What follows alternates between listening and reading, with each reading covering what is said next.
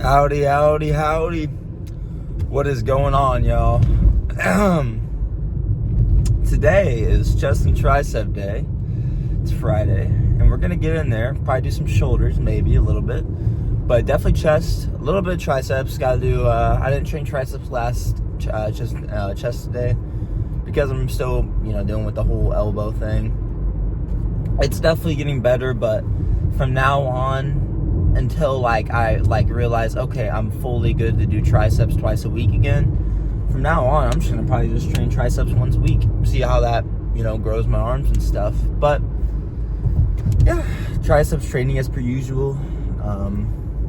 So yeah, nothing really much, man. We're just gonna get in there, do the usual pressings, flies. I don't like to overcomplicate when I go to the gym. I like to be able to say, okay, this is what we're gonna do, right? This is what we're gonna do for chest day. And I don't like to, say, okay, it's gonna be a different workout every day. No. When I'm doing chest or tri, I like to typically keep the same type of movements, right? Like, I don't like doing, dumbbell pullovers really ever, and I'm not ever really gonna add them randomly to my lifts. I'm gonna keep progressing my lifts and keep going up from there, right? Because if you go from doing a Smith machine incline bench for a month straight and then randomly you're like, okay, this is getting boring, let me just do bench then. Yeah, you're going to translate some strength from incline bench to benching, obviously, but it's like at the same time, just keep doing the incline pressing. If you want to, it's all about progressive overload, and if you just stop doing incline benching, hopefully you guys understand what I'm saying, but pretty much just be consistent with your same lifts. If you just do, like one day of barbell rows, and then the next back day you do chest supported rows, and then the next day you don't do any of that, you just do pull-ups. It's like, well, you're not going to translate any type of strength, right? You're just doing random lifts, and then, you're not really going to be able to track anything when it comes to it. So, other than that, man, we're going to get into it, and I'll see you guys in there.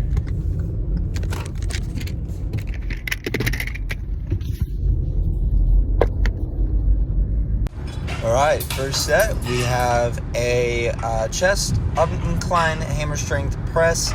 Make sure you're scooping on the way up rather than just pressing straight up. Make sure you get a deep stretch when you're doing this, and make sure the seat is at adequate height. And, probably by the nipples will be the best place, and then go to failure for one all-out set. And now we're going to be doing a pec fly, really just squeezing and emphasizing that squeeze at the top, and then getting a deep stretch at the bottom. Making sure we go all the way to failure for one more set as well.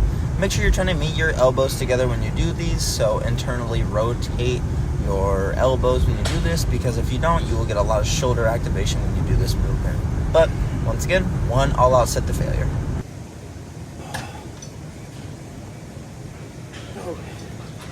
Now we're going to be doing dips, primarily focusing on the chest again. If you fully extend, you're going to be hitting a lot of triceps, so we're going to try to go all the way up to about 3/4 range of motion, getting a deep stretch at the bottom. And then you'll see me rest up top here, which gives a lot of tricep activation, so it's a good compound movement.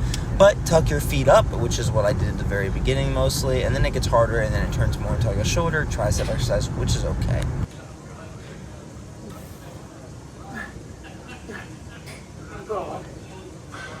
And now we're going to be working on the lateral head of the tricep, which is the outside part of the tricep. Really just getting a deep squeeze right here at the bottom portion of the range of motion, and then getting a deep stretch at the top by going controlled and slow on the way up, explode on the way down. Train heavy and hard with these as well.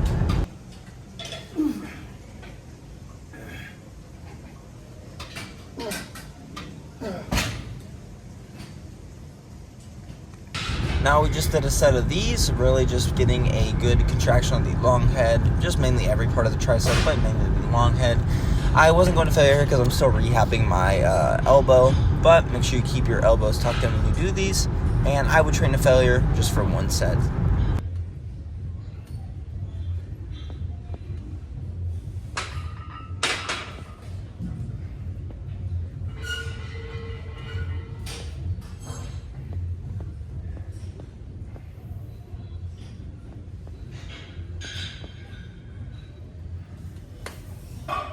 Now we're going to be training the side delt, really just emphasizing leading with our pinky at the top and then controlling it on the way up and on the way down.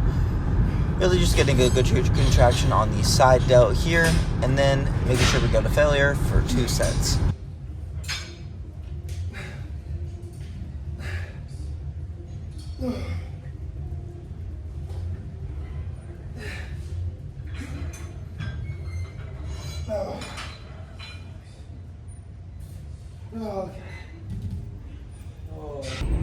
All right, y'all. We're done. We're out of there. I did like 50 minutes of cardio, way more than usual. I did kickboxing for 15 minutes, was gonna be done there, and I was like, you know what? Let me see if anybody's playing basketball. I'll play 1 game, and then I ended up playing like 3 or 4, wherever it was. But you know, that was fun. Did some extra cardio. I'm tired now, but I'm doing DoorDash. So yeah, it's a good time. But the one key component that I've always said, and I always will say for you guys, is the Mike Mincer approach. The more you put in, the more intensity that you put into your workouts, the more you'll get out. That's why working out is one of the best things you can do for yourself, because the results that you get is the results that you get is the work that you put in, right? Same with chess. You know, that's why I love chess. If you lose a game of chess, there is no component. It's not a pay to win game. There's no, you know, whatever not. It is, if you lost, you made all the wrong moves. You blundered, you made a mistake, you made an inaccuracy, whatever it is.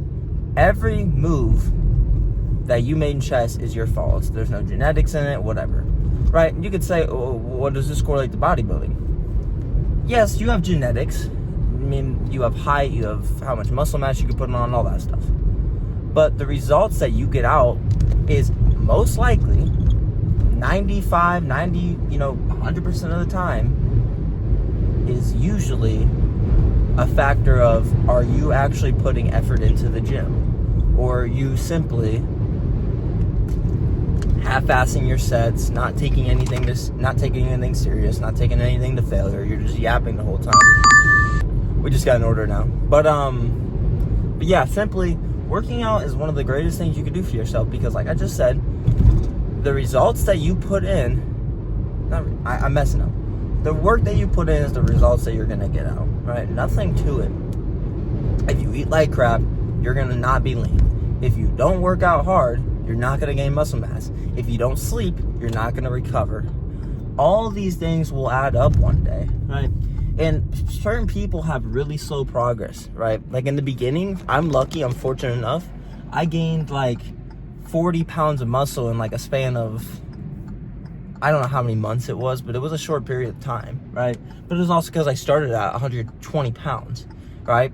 So putting on 40 pounds in months was pretty easy for me, because my body needed to gain weight to be in a healthier physique, right? So, I mean, there's literally no downfall and no cons, really, of working out.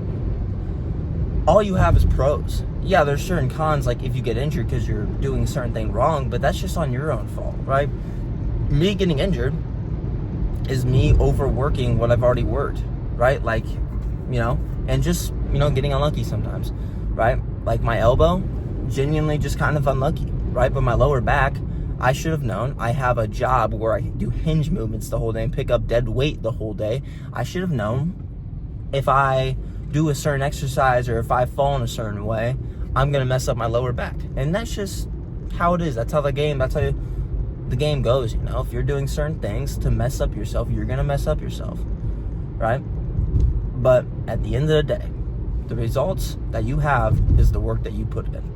There's nobody stopping you from trying your hardest in the gym, right? And you can be looked at weird if you're like, you know, grunting or whatnot in the gym or whatever. And yeah, there's certain but there's certain people who are obnoxious with how they train in the gym, like they're slamming weights and stuff, like, yeah. But if you're genuinely working hard and you're grunting and stuff, why would you care about what other people say? Just put in the work, man. Just keep working out, dog. But other than that, y'all, I ain't got nothing much more to say. I've had a great day so far, and then I just got an order, and now we're going to do that real quick. So I will see y'all later. Goodbye.